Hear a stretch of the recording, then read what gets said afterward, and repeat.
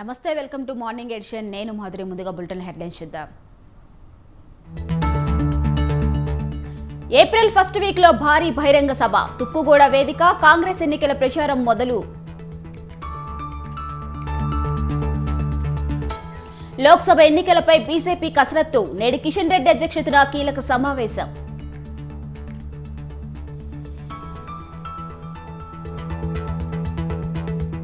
ఏపీలో ప్రకంపనలు సృష్టిస్తున్న Visakha drugs racket case, drugs వ్యవహారంపై టీడీపీ వైసీపీల మధ్య డైలాగ్ వార్.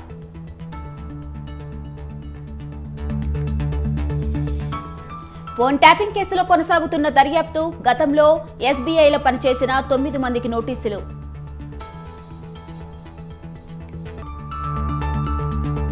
నేడు రాజస్థాన్తో లక్నో తొలిపోరు, శుభారంభం చేయాలని పట్టుదలతో ఉన్న ఇరు జట్లు.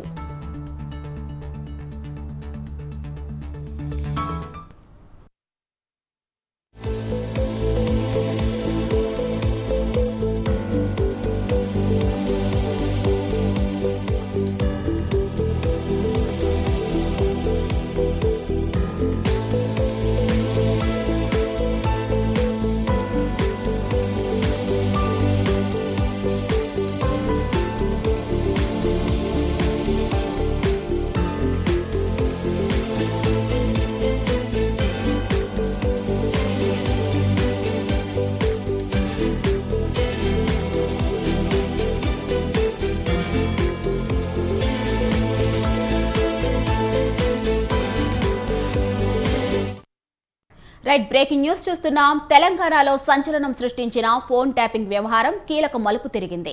స్పెషల్ ఇంటెలిజెన్స్ బ్రాంచ్ మాజీ డీఎస్పీ ప్రణీత్ రావు ప్రధాన నిందితుడిగా ఉన్న ఫోన్ ట్యాపింగ్ కేసులో తవ్విన కొద్దీ కొత్త విషయాలు వెలుగు చూస్తున్నాయి. ఈ కేసులో మరో 2 పోలీసు ఉన్నతాధికారులు అరెస్టు కావడం కలకలం రేపుతుంది. భూపాలపల్లి అదనపు ఎస్పీ భుజంగరావు, హైదరాబాద్ నగర భద్రత విభాగం అదనపు డీసీపీ తిరుపతిను పోలీసులు అరెస్ట్ చేశారు. శుక్రవారం రాత్రి వీరి ఇళ్లకు వెళ్లిన పోలీసులు సోదాలు నిర్వహించారు. శనివారం ఉదయం వీరిద్దరిని బంజారాహిల్ పోలీస్ స్టేషన్కు పిలిచి సుదీర్ఘంగా విచారించారు.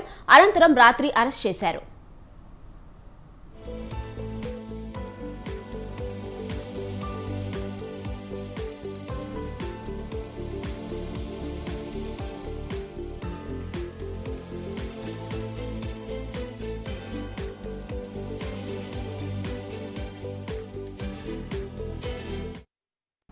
ఇక ఫోన్ ట్యాపింగ్లకు పాల్పడిన వ్యవహారంలో ప్రణీత్తో పాటు భుజంగరావు, తిరుపతన్నల పాత్రను గుర్తించిన పోలీసులు వారిని అదుపులోకి తీసుకున్నారు. రాజకీయ ప్రముఖులు, వ్యాపారుల ఫోన్లను ట్యాప్ చేయడంలో వీరిద్దరి ప్రమేయం గురించి కీలక ఆధారాలను సేకరిస్తుంది దర్యాప్తు బృందం. భుజంగరావు ఎన్నికల ముందు వరకు పొలిటికల్ ఇంటెలిజెన్స్ వింగ్స్ లో, తిరుపతన్న ఎస్ఐబిలో అదనపు ఎస్పీగా విధులు నిర్వహించారు.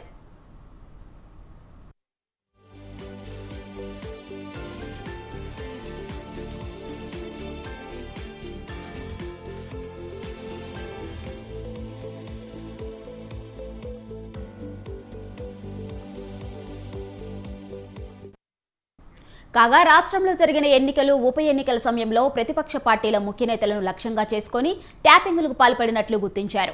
ముఖ్యంగా ప్రస్తుత సీఎం రేవంత్ రెడ్డితో సహా ఆయన కుటుంబ సభ్యుల ఫోన్లపై ప్రత్యేకంగా నిఘా ఉంచినట్లు గుర్తించారు. ఇక గత ప్రభుత్వంలో కీలకంగా వ్యవహరించిన కొందరు నేతల ఆదేశాలతోనే ప్రణీత్ రావు ఫోన్ ట్యాపింగ్ పాల్పడినట్లు దర్యాప్తు బృందం భావిస్తుంది. ప్రణీత్ బృందం సొంత నిర్ణయాలు తీసుకుని పలువురు వ్యాపారుల ఫోన్లపై నిఘా ఉంచి లబ్ధి పొంది ఉంటుందని అనుమానిస్తుంది. అప్పటి ఎస్ఐబి చీఫ్ ప్రభాకర్ రావు కనుసన్నల్లోనే సాగినట్లు విచారణ తేలింది. ఇక ఫోన్ ట్యాపింగ్ వ్యవహారంలో ఇప్పటికే ఎస్ఐబి మాజీ chief Prabhakar Rao, Hyderabad task force మాజీ డీసీపీ రాధాకిషన్ రావు, ఓ మీడియా ఛానల్ ఎండీ శ్రవణ్ రావుల పాత్ర ఉన్నట్లు గుర్తించారు. ఈ ముగ్గురు ఇప్పటికే దేశం దాటినట్లు వెల్లడి కావడంతో లుకౌట్ సర్క్యులర్ జారీ చేశారు. విచారణకు రావాలని గతంలో ఎస్ఐబిలో పనిచేసిన 9 మందికి నోటీసులు ఇచ్చారు.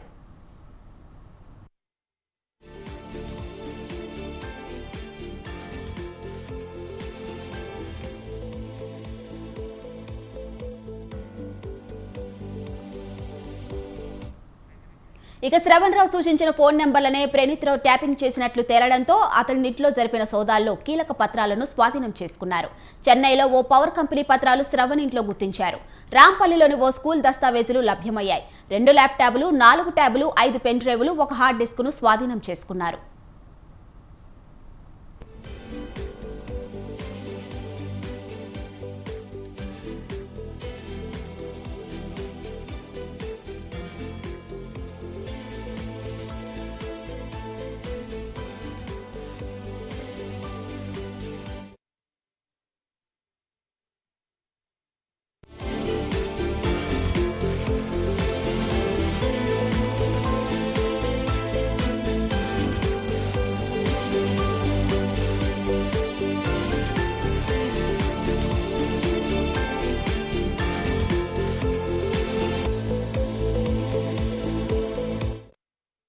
రైట్, మరో బ్రేకింగ్ చూస్తున్నాం. ఏపీలో పొలిటికల్ హీట్ పెరుగుతోంది.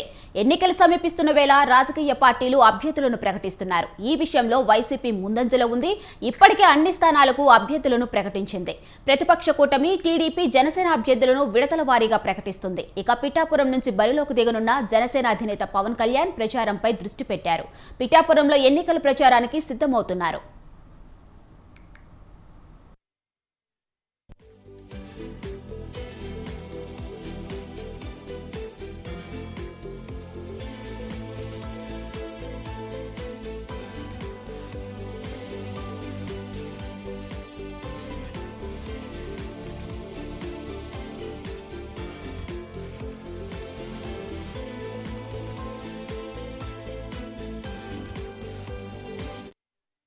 ఇక ఉమ్మడి తూర్పుగోదావరి జిల్లాలో జనసేన పోటీ చేస్తున్న స్థానాలపై గురిపెట్టారు.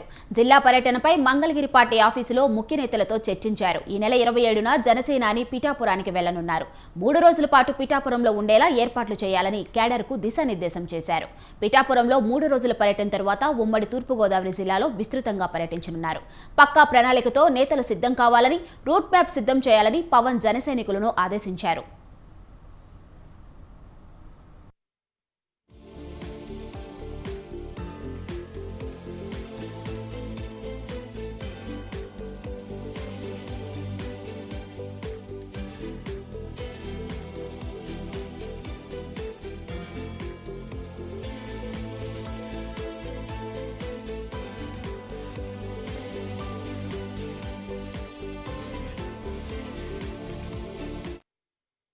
ఇక ఇదే అంశంపై మరింత సమాచారం మా ప్రతినిధి నవీన్ రాజ్ ఫోన్లో అందిస్తారు. చెప్పండి నవీన్ రాజ్, పిఠాపురంలో పవన్ పర్యటనపై పూర్తి అప్డేట్స్ ఏంటి? Thank you Madhuri.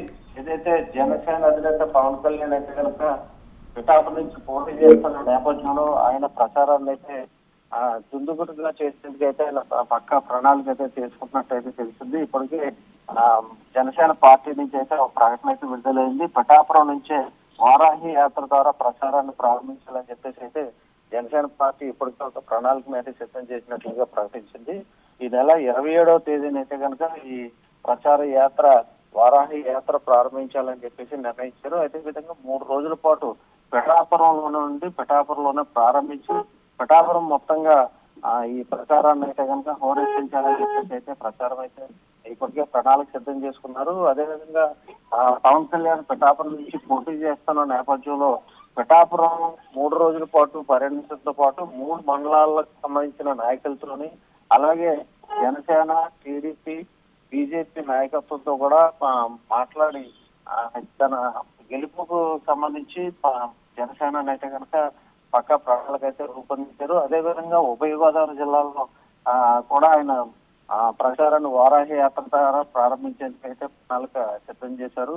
అదేవిధంగా చూస్తే కనుక 2 పార్లమెంటు 21 అసెంబ్లీ స్థానాల్లో కూడా ఈ వారాహి యాత్ర ద్వారా తొలిదశ ప్రచారాన్ని అయితే ప్రారంభించేందుకు పక్క ప్రణాళిక సిద్ధం చేశారు. ముఖ్యంగా చూస్తే కనుక పిఠాపురం నుంచి జనసేనాన్ని పోటీ చేస్తున్న నేపథ్యంలో అక్కడ గెలుపు కోసం అన్ని అవకాశాలను కూడా సద్వినియోగం చేసుకునేందుకు ఆయన ప్రణాళిక సిద్ధం చేశారు. ఇప్పటికే వైసీపీ అయితే కనుక ప్రచారాన్ని హోరెత్తించడంతో జనసేన కూడా భారీ ఎత్తున ప్రచారాన్ని కూడా చేపట్టాలని చెప్పేసి ఇప్పటికే ప్రణాళిక సిద్ధం చేసుకున్నట్లు తెలుస్తుంది మాధురి.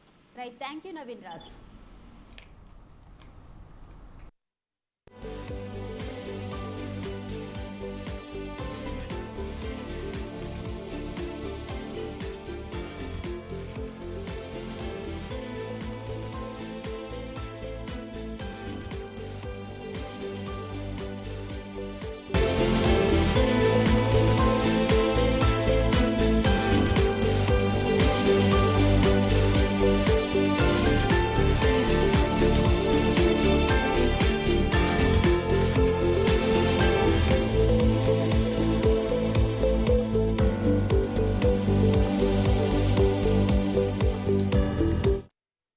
రైట్, ఎన్నికల బ్రేకింగ్ చూస్తున్నాం. సార్వత్రిక ఎన్నికల షెడ్యూల్ విడుదల కావడంతో అభ్యర్థుల ఎంపికలో కాంగ్రెస్ దూకుడు పెంచింది. వచ్చే పార్లమెంట్ ఎన్నికల్లో పోటీ చేయబోయే అభ్యర్థుల మరో జాబితాను ఇవాళ విడుదల చేసింది. ఇప్పటికే 3 జాబితాలు రిలీజ్ చేసిన కాంగ్రెస్ శనివారం ఎంపీ క్యాండిడేట్ల 4వ జాబితా విడుదల చేసింది. 46 మంది అభ్యర్థులతో 4th లిస్టును రిలీజ్ చేసింది. ఈ జాబితాలో 2 తెలుగు రాష్ట్రాలకు చెందిన అభ్యర్థుల పేర్లను అనౌన్స్ చేయలేదు. అసోం, అండమాన్, ఛత్తీస్గఢ్, మధ్యప్రదేశ్, మహారాష్ట్ర, మణిపూర్, మిజోరం, రాజస్థాన్, తమిళనాడు, యూపీ, ఉత్తరాఖండ్, వెస్ట్ బెంగాల్, జమ్మూ కాశ్మీర్ రాష్ట్రాలకు చెందిన అభ్యర్థుల పేర్లను ప్రకటించింది.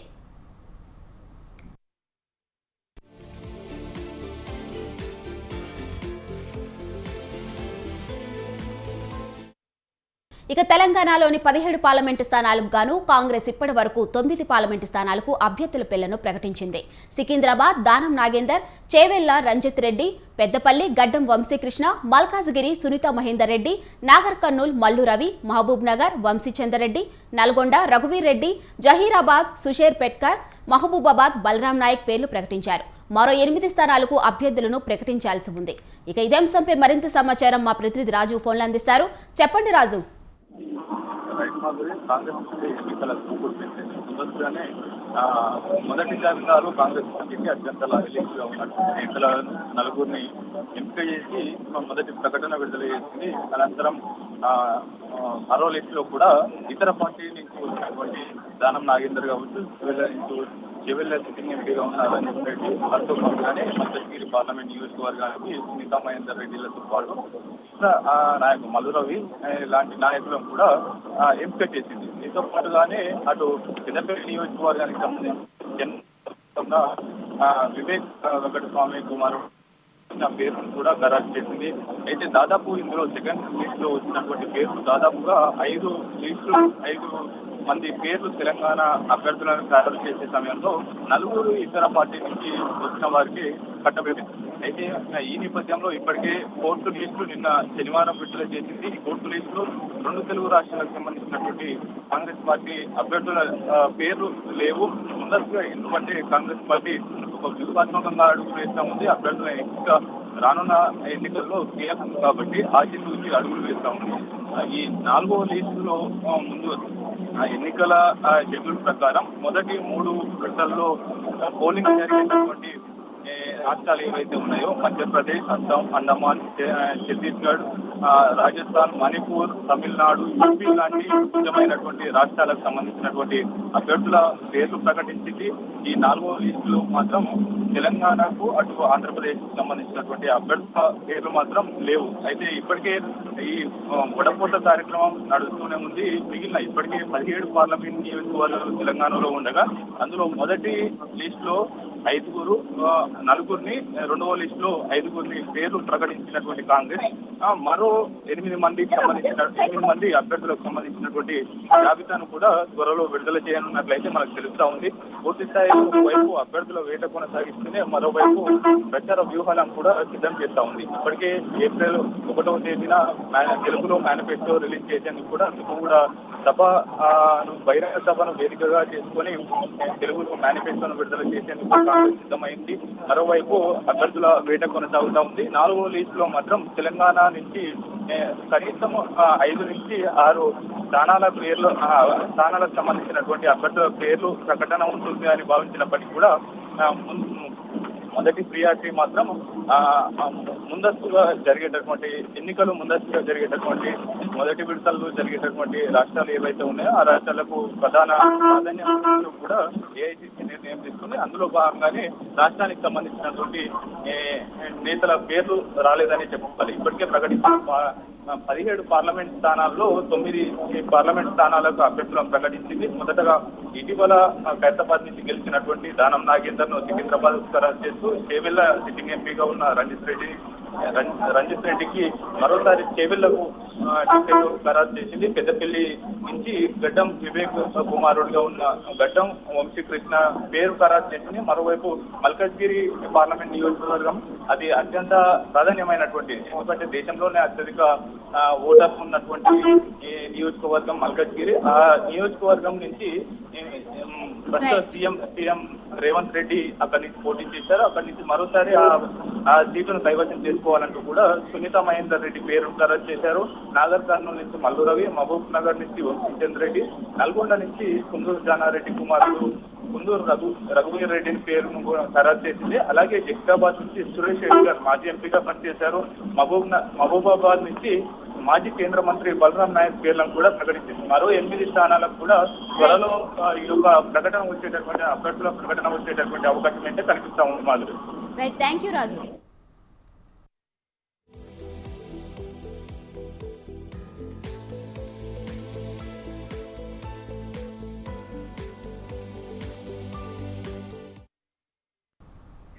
పార్లమెంట్ ఎన్నికల్లో కాంగ్రెస్ పార్టీ అభ్యర్థుల విజయమే లక్ష్యంగా కార్యకర్తలు ముందుకు సాగాలని పిలుపునిచ్చారు మంత్రి సీతక్క.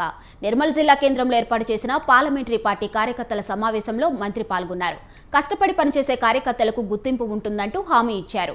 దేశం కోసం ప్రాణత్యాగాలు చేసిన ఇందిరా కుటుంబం నుంచి వచ్చిన రాహుల్ను దేశ ప్రధానిని చేసి రుణం తీర్చుకుందామన్నారు.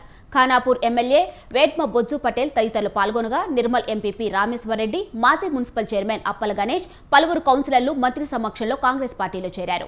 వారికి పార్టీ కండువాలు కప్పి సాదరంగా ఆహ్వానం పలికారు మంత్రి సీతక్క.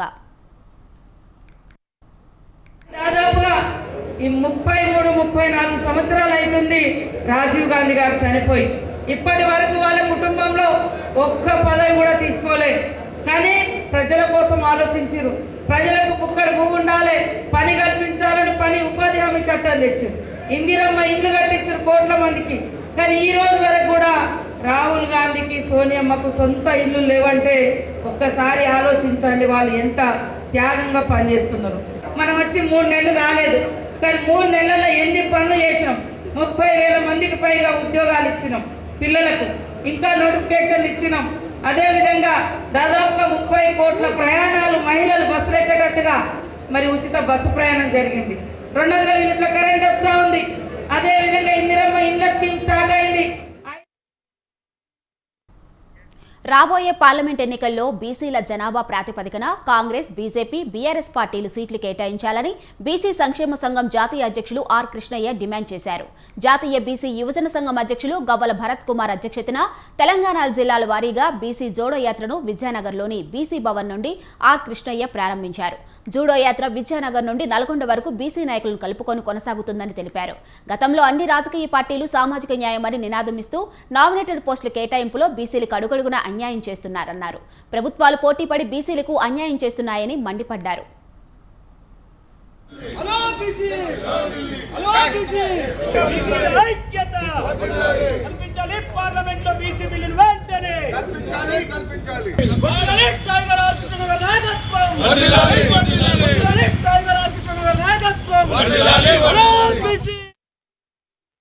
అయితే కూడా దోసుకొని తింటున్నారు, కానీ దోసుకొని దాచుకుంటున్నారు, కానీ మా వాటా మాకు ఇస్తలేదు. ప్రధానమంత్రి బీసీ వర్గాలకు చెందిన వాడు ఉన్నాడు. ఈయన పీరియడ్ లోపల బీసీ ఉద్యమం ఎక్కువైతే తప్పనిసరి బీసీల వాటా బీసీలకు ఇస్తారు. చరిత్ర లోపల కూడా ఏమంటారు, బీసీ ప్రధాని ఉన్నప్పుడు ఇవ్వలేదు, మేమెందుకు ఇస్తామంటారు. బీసీ ప్రధానమంత్రి ఉన్నప్పుడే బీసీ ఉద్యమాలు ఉధృతం చేయాలని చెప్పి పిలిపిస్తున్నారు. బీసీలు ఉద్యమాలు చేస్తే తప్పనిసరి కేంద్ర రాష్ట్ర ప్రభుత్వాలు దిగి వస్తాయి. అమ్మాయినా అడగంది అన్నం పెట్టదు. మనం పోరాడకపోతే మన వాటా రాదు, మన అభివృద్ధి లేదు, మనం నష్టపోయాం. భవిష్యత్తులో మన పిల్లలు నష్టపోవద్దంటే తప్పనిసరిగా మనం అందరం పోరాడక తప్పదని బీసీలందరికీ, కుల సంఘాలకు, అన్ని పార్టీలు ఉన్న బీసీ నాయకులకు, అన్ని పార్టీల్లో బలమైన బీసీ నాయకులు ఉన్నారు. వాళ్ళకి పదవులు ఇవ్వడం లేదు, కేవలం తృప్తి పార్టీ పదవులు ఇస్తున్నారు కానీ అధికార పదవులు ఇస్తలేదు. అందుకే అన్ని పార్టీలు ఉన్న బీసీ నాయకులు. పార్టీ అధికారం కోల్పోయిన బీఆర్ఎస్ అధినేత కేసీఆర్ వైఖరిలో మార్పు రాలేదా? ఓటమితో నైరాస్యంలో ఉన్న కేడర్ను తట్టిలేపాల్సిన బాసే ఫామ్ హౌస్ కి పరిమితమవుతున్నారా? తన వ్యవసాయ క్షేత్రంలోనే సమావేశాలు పెడుతూ ఉండటంపై గులాబీ వర్గాలు ఏమంటున్నాయి? పార్లమెంట్ ఎన్నికలు దగ్గర పడుతున్నా తెలంగాణ భవన్లో సందడి కరువైందా? Watch the story.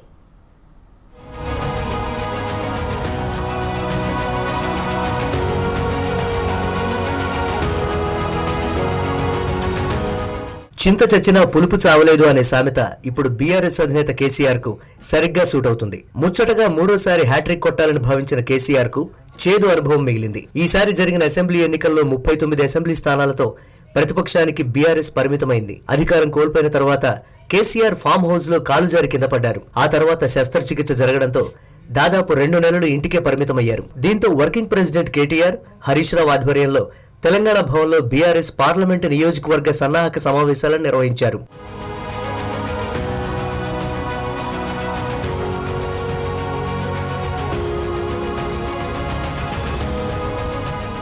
కేసీఆర్ శస్త్రచికిత్స నుండి కోలుకున్న తర్వాత అసెంబ్లీలో ఎమ్మెల్యేగా ప్రమాణ స్వీకారం చేశారు. ఆ తర్వాత నల్గొండలో జరిగిన బహిరంగ సభలో పాల్గొన్నారు. లోక్సభ ఎన్నికలకు సంబంధించి తెలంగాణ భవన్ వేదికగానే కరీంనగర్, పెద్దపల్లి, ఖమ్మం, మహబూబాబాద్, మహబూబ్ నగర్, నాగర్ కర్నూల్ పార్లమెంటు నియోజకవర్గాల ముఖ్య నేతలతో సమావేశం నిర్వహించారు. మిగతా లోక్సభ నియోజకవర్గాలకు సంబంధించి నందీనగర్లోని తన నివాసంలో సమావేశాలు జరిపారు. లోక్సభ ఎన్నికలకు సెంటిమెంట్ గా కరీంనగర్లో కథన పేరుతో బహిరంగ సభను నిర్వహించారు. అక్కడి నుండే లోక్సభ ఎన్నికల శంఖం కేసీఆర్ పూరించారు.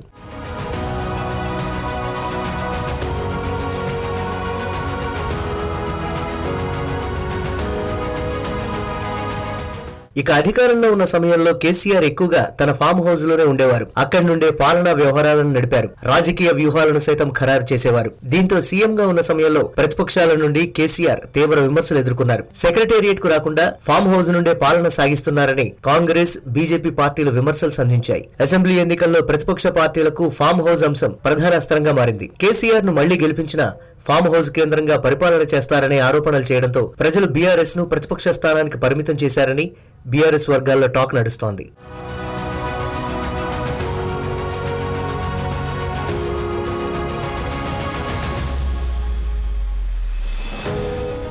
ఇప్పటికే లోక్సభ ఎన్నికల షెడ్యూల్ వచ్చింది. తెలంగాణలో కాంగ్రెస్, బీజేపీ పార్టీలు దూకుడు మీదున్నాయి. దీంతో బీఆర్ఎస్ శ్రేణుల్లో ఉత్సాహం నింపేందుకు కార్యక్రమాలు నిర్వహించాల్సిన గులాబీబాస్ కేసీఆర్ ఫామ్ హౌస్ కు పరిమితమయ్యారు. ఎమ్మెల్సీ కవితను ఈడీ అరెస్టు చేయడంతో నైరాశ్యంలో ఉన్న గులాబీ పార్టీ క్యాడర్ కు భరోసా కల్పించడంలో అధిష్టానం విఫలమైందనే చర్చ జరుగుతోంది. లోక్సభ ఎన్నికలకు సంబంధించిన వ్యవహారాలపై తెలంగాణ భవన్లో నిర్వహించాల్సిన కార్యక్రమాలను మళ్లీ ఫామ్ హౌస్ నుండే నడిపిస్తున్నారని క్యాడర్ లో టాక్ వినిపిస్తోంది. తాను కలవాలనుకున్న నేతలను ఫామ్ హౌస్ కు పిలిపించుకుని చర్చలు జరుపుతున్నారు. ఇటీవల మాజీ ఐపీఎస్ అధికారి ఆర్ఎస్ ప్రవీణ్ కుమార్ తన అనుచరులతో బీఎస్పీ నుండి బీఆర్ఎస్ లో చేరారు. అది ఫామ్ హౌస్ వేదికగానే జరిగింది. కేసీఆర్ తెలంగాణ భవన్ వేదికగా కార్యక్రమాలు నిర్వహిస్తే నేతలతో పాటు కార్యకర్తలను కలిసే అవకాశం ఉంటుందన్నారు. అదే ఫామ్ హౌస్ లో ఉండి పార్టీని నడిపిస్తే కార్యకర్తలు వెళ్లే అవకాశం ఉండదని, అదేవిధంగా తప్పుడు సంకేతాలు వెళ్తాయని క్యాడర్ లో చర్చ జరుగుతోంది.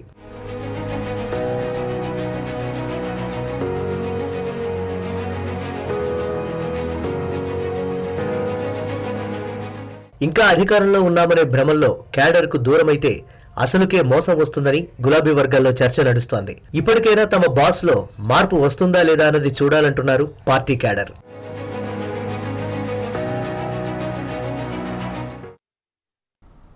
రాష్ట్రపతి ద్రౌపది ముర్ము, గవర్నర్ ఆరిఫ్ తీరును కేరళ ప్రభుత్వం తీవ్రంగా తప్పుపట్టింది. వారి ప్రవర్తనపై సుప్రీంకోర్టును ఆశ్రయించింది. రాష్ట్ర శాసనసభ ఆమోదించిన 7 బిల్లులను ఎలాంటి కారణం లేకుండా గవర్నర్ పెండింగ్ లో ఉంచారని, రాష్ట్రపతి కూడా అదే విధంగా వ్యవహరించారని పేర్కొంది. దీంతో శాసనసభ ప్రయోజనం, పనితీరు అసమర్థంగా మారిందని కేరళ ప్రభుత్వం పేర్కొంది.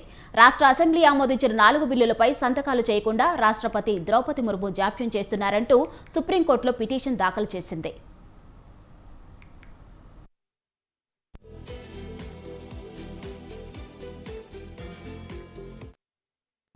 రాష్ట్రపతి దగ్గర 4 బిల్లులు పెండింగ్ లో ఉన్నాయని, ఎలాంటి కారణం చెప్పకుండానే వాటిని పక్కన పెట్టేశారని పినరై సర్కార్ ఆ పిటిషన్లో పేర్కొంది. ఇందులో కేంద్ర ప్రభుత్వం, రాష్ట్రపతి ద్రౌపది ముర్ము సెక్రటరీ, కేరళ గవర్నర్ ఆరిఫ్ మహమ్మద్ ఖాన్, ఆయన అదనపు కార్యదర్శి పేరును కూడా సిపిఎం సారథ్యంలోని ఎల్డీఎఫ్ ప్రభుత్వం చేర్చింది. ఇక కేరళ గవర్నర్ ఆరిఫ్ మహమ్మద్ ఖాన్ తన దగ్గర 7 బిల్లులు పెండింగ్ లో పెట్టుకున్నారని, అందులో 4 బిల్లులు చాలా జాప్యం తర్వాత రాష్ట్రపతికి పంపగా అక్కడ కూడా పెండింగ్ లో ఉండిపోయాయని పిటిషన్లో వివరించింది. ఇలా అసాధారణ జాప్యం చోటు చేసుకోవడం చట్టం ముందు అందరూ సమానమనే రాజ్యాంగంలోని సెక్షన్ 14ని ఉల్లంఘించడమే అవుతుందని పేర్కొంది. రాజ్యాంగంలోని 22వ సెక్షన్ ప్రకారం కేరళ రాష్ట్ర ప్రజలకు అందాల్సిన సంక్షేమం అందకుండా చేసినట్టు అవుతుందని పిటిషన్లో సర్కార్ పేర్కొంది.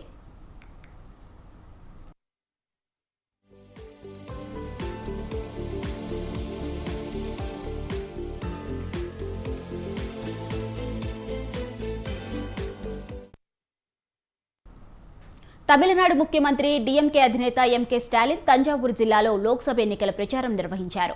పార్టీ అభ్యర్థి తరపున ప్రచారం నిర్వహిస్తూ స్థానికులను, అక్కడి దుకాణదారులను ఓట్లడిగారు. డీఎంకే అభ్యర్థిని భారీ మెజారిటీతో గెలిపించాలన్నారు. ఈ సందర్భంగా ఆయన రోడ్డు వెంబడి ఉన్న ఓ దుకాణ సముదాయంలోకి వెళ్లారు. ఆ దుకాణ సముదాయంలోని ఓ స్వీట్ షాప్ లో కాసేపు సేద తీరారు. పక్కన ఉన్న టీ దుకాణం నుంచి టీ తెప్పించుకొని తాగారు. సాధారణ ప్రజలను ప్రేమగా పలకరించారు.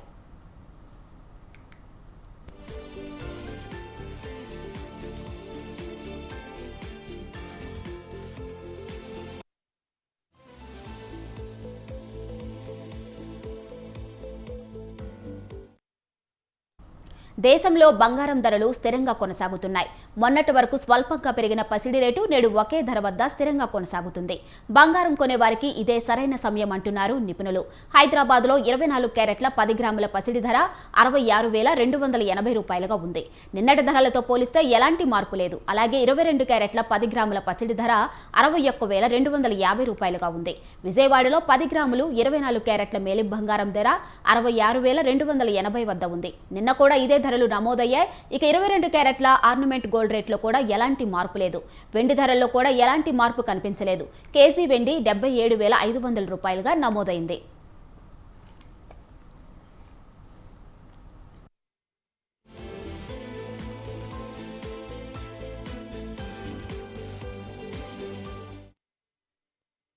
ఇవి బులెటిన్ అప్డేట్స్. చూస్తూనే ఉండండి స్వతంత్ర.